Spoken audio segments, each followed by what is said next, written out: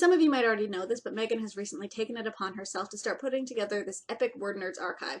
Once it's finished, it's going to make things so much easier for you guys looking to find videos on specific topics that relate to what you're currently working on. It is just through and through epic, but I will let Megan tell you guys more about that when she's ready to go and ready to share with the world. One thing she did bring up that I found kind of interesting is that through our past videos, we haven't actually covered self-publishing quite as much as I would have thought we had. And since I couldn't figure out a specific self-publishing subtopic to talk about today, I'm going to discuss a little bit about my own self-publishing journey.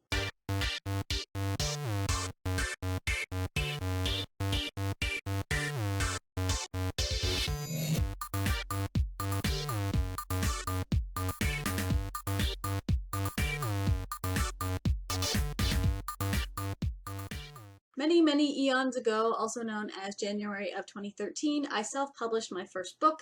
Technically, my first book was a short story collection, and then my first full novel came out in March of that year. See, I never even really considered traditional publishing. Growing up, I never thought I wanted to be an author, and the more I learned about the publishing industry as I got older, the less it seemed plausible. I absolutely wanted to keep writing books and telling stories, but the idea of jumping through all of these hoops and all of the waiting that comes with publishing, and then handing over the control of your book to a team of somebody else's who don't really even know who I am. Well, I just never got that excited about the idea of becoming a published author, and it was never even on my horizon as a real job that I could actually have until I started learning about self-publishing. I don't know how I stumbled onto it, but I am so glad that I did, because within a few weeks of deciding this was a thing I was going to do, I was already out looking for beta readers, which is where I met Erica, and deciding that this was a thing I was going to do early next year. I already had a rough draft, I just had to make it happen. And I knew then, like I know now, that the only person standing in the way between me and getting that book out in the world was going to be me. If I didn't make it happen, it wouldn't happen, and that was exactly how I wanted it to be. And because I decided to self-publish that first book on my own, I'm now technically a hybrid author, which I always forget.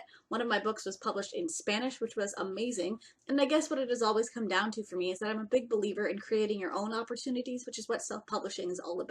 And I have absolutely nothing against traditional publishing. I think it's probably something I'll explore more in the future because I just keep learning more about the publishing industry, and I just want to keep putting out more books, whatever path that may take. I just think it's so fantastic.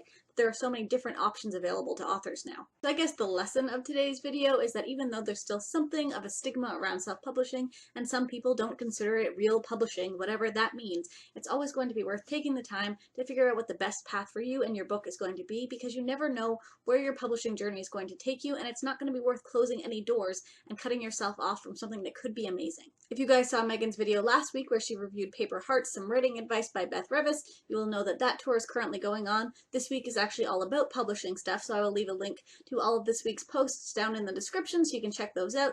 Beth Revis has offered up a lot of great publishing advice, and book 2 in the series does offer a lot of input when it comes to self-publishing or traditional publishing and finding the right publishing path for you, so there's absolutely worth checking out. Anyways, that's it for me today. If you guys have any questions about self-publishing, please feel free to ask in the comments and I will do my best to answer those for you. Otherwise, I hope we'll be seeing you on Sunday for our next live chat.